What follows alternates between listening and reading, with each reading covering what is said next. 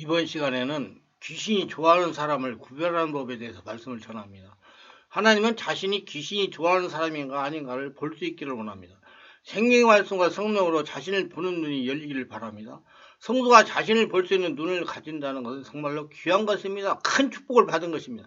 귀신은 예수를 믿고 성령으로 거듭난 성도라도 할 수만 있으면 침투하려고 하기 때문입니다. 그렇기 때문에 예수를 믿고 교회에 다닌다고 방심하지 말아야 됩니다. 방심은 금물입니다.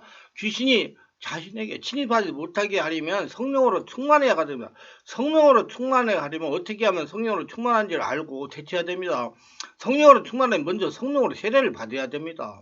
성령으로 세례를 받고 성령으로 불세를 받으면서 심령을 치유해야 됩니다. 그리고 자신 안에 임자에 계신 하나님을 항상 찾아야 됩니다. 걸어다니는 성전으로 살아야 된다는 얘기입니다. 마귀가 우는 사람 두루다니며 삼킬 자를 찾습니다. 그럼 우리는 마귀가 삼킬 대상이 어떤 사람인지 안다면 우리는 훨씬 잘 마귀를 물리칠 수 있을 겁니다. 마귀가 선호하는 사람은 먼저 여성입니다. 이것은 태초에 마귀가 하와를 유혹한 것에도 또 그렇습니다. 여성이 마귀의 가장 약한 까닭은 감성적이기 때문입니다. 감성은 잘 교육되고 다듬어질 때 감성이 되지만 이것이 교육되지 않는 자연 상태로 있거나 거친 상황에 놓이면 감정이 됩니다. 감정은 이성의 다른 측면이지만 감정은 본능에 가깝습니다. 어느 영성 사역자는 이것을 혼마음이라고 설명하지만 그렇게까지 설명할 필요는 없다고 봅니다. 다듬어지지 않은 우리의 본성은 죄로 물들어 있기 때문에 감정은 죄 유혹에 약할 수밖에 없습니다. 여성은 감성적이기 때문에 감정에 쉽게 휘말릴 수가 있습니다. 생각이 깊이 하지 못하고 상황에 따라 즉흥적으로 행동하기 쉬운 것입니다. 마귀는 우리에게 조급하게 결정하고 행동할 것을 충동합니다. 하나님과의 친밀함을 느낌을 통해서 이루어진다는 사실을 우리는 알고 있습니다. 예언을 비롯해서 하나님의 말씀은 갑작스레 떠오르는 느낌으로 우리에게 전달되기 때문에 감성적인 사람이 하나님과 친밀함이 이루는데 더 유익할 수 있습니다. 그래서 여성들이 성령 은혜를 더 잘 받아요. 이런 측면에서 여성은 남성보다 더 은혜를 잘 받을 수가 있습니다. 그런데 이 장점이 마귀에게는 더없이 좋은 유혹의 수단이 될 수 있다는 사실입니다. 즉흥성은 우리에게 행동마저 즉흥적으로 해야 하는 것을 의미하지는 않습니다. 구약의 예언자들은 즉흥적으로 받은 예언을 전하기 위해서 여러 날 동안 말씀을 간직하고 곰곰이 그 의미를 되새겨하는 시간을 간격을 갖도록 하나님이 배려하신 것을 볼 수 있습니다. 이것은 하나님의 말씀을 감정적으로 다루지 않게 하려는 것입니다. 우리는 하나님의 은혜를 크게 받으면 띠뜻이 기쁘고 흥분이 됩니다. 이런 감정이 공유된 상태에서는 하나님의 뜻을 제대로 파악할 수가 있는 이성의 작용이 정지될 수밖에 없습니다.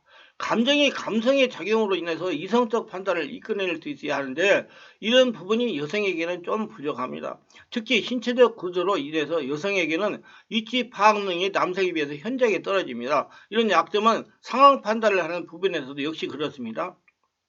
여성은 이성의 작용보다는 감성의 작용이 강하므로 자칫 본능에 강하게 이끌릴 수가 있습니다. 현실을 현실 상황으로 이해하기보다는 본능에 이끌려 강점으로 행동하게 됩니다. 남성은 논리로 상황을 파악하지만 여성은 감성으로 대응하기 때문에 분위기를 많이 타는 것입니다. 남성은 실질적이고 현실적인 것을 먼저 생각하지만 여성이는 분위기를 더 중요하게 여깁니다. 그래서 남성은 꽃 한 송이보다는 그돈 X만큼의 빵이 더 소중합니다. 많은 부분에서 남성과 여성이 차이를 보이는데 그 부분이 감성과 연관된 것이 현저하게 차이를 보이는 겁니다. 감정이 감성으로 성숙하지 못하면 여성은 결국 본능에 얽매이게 되는 것입니다. 이혼하는 경우 여성은 자녀를 포기하지 못합니다.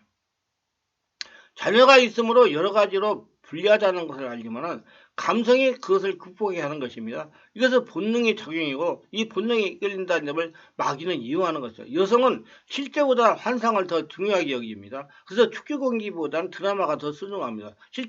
실제로 보기보다는 할 수만 있다면 환상으로 보기를 원합니다.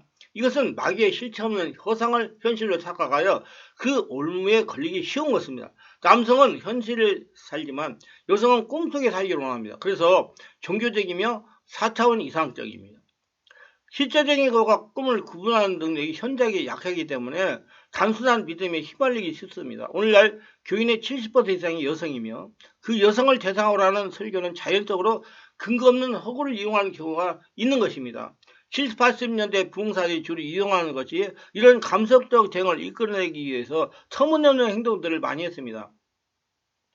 이런 부흥에는 남성들에게는 유치하고 어리석어 보이지만은 여성들에게는 일시적으로 착각에 빠지게 하는 빡기에게 충분했습니다. 마귀가 선호하는 사람은 회개하지 않은 사람입니다. 이런 사람은 대체로 고집이 강하거나 자존심이 강해서 남에게 얕잡아 보이는 걸 무척 싫어합니다. 이런 유형의 사람은 완벽주의자가 많습니다. 자신이 하는 행위는 늘 올바르다는 생각을 가지고 있으며 그래서 남에게 피해도 주지 않고 피해를 받는 것도 싫어합니다. 그렇기 때문에 자신은 늘 올바르다고 생각을 합니다. 남에게 구체적이고 직접적인 피해를 주지 않는다면 죄가 되지 않는다는 생각을 가지고 있기 때문에 자신의 말미암아 간접적으로 타인에게 상처를 준다는 사실에 대해서 알지 못합니다. 구체적이고 물리적인 행위가 아니면 죄가 되지 않는다고 생각하기 때문에 소극적인 죄에 대해서는 전혀 생각하려고 하지 않는 것입니다. 그러나 성경은 우리에게 해야 할 것을 하지 않는 것이 죄가 됨을 가르치고 있습니다. 즉 선한 사마리아인의 비유처럼 강도만 하는 행인에게 우리는 아무런 위해를 가하지 않았지만 그를 적극적으로 돌아보지 않고 지나치는 바리새인들에 대한 죄를 언급하고 있습니다. 우리가 이웃이 되어주지 않고 방관자의 자리에 있는 것 역시 그 표면과 다를 바가 없는 것입니다.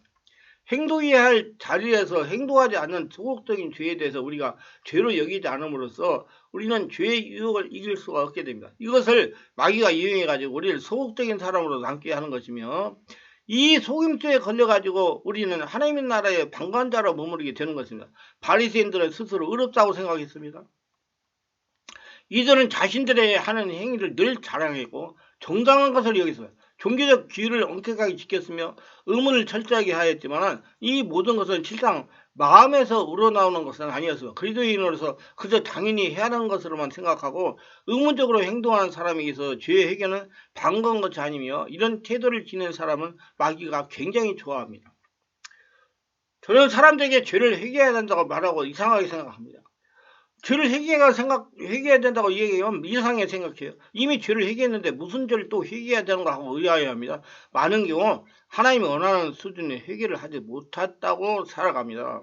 왜 하나님이 원하는 수준의 회개를 못했다고 하냐? 성령의 죄는 영적인 문제가 발생하요. 영적인 문제가 발생하기 때문에 성령의 지배 가운데 회개가 되어야 돼요. 성령이 회개를 시켜야 된다는 얘기입니다. 일방적으로 고백하고 죄가 다 처리됐다고 생각합니다.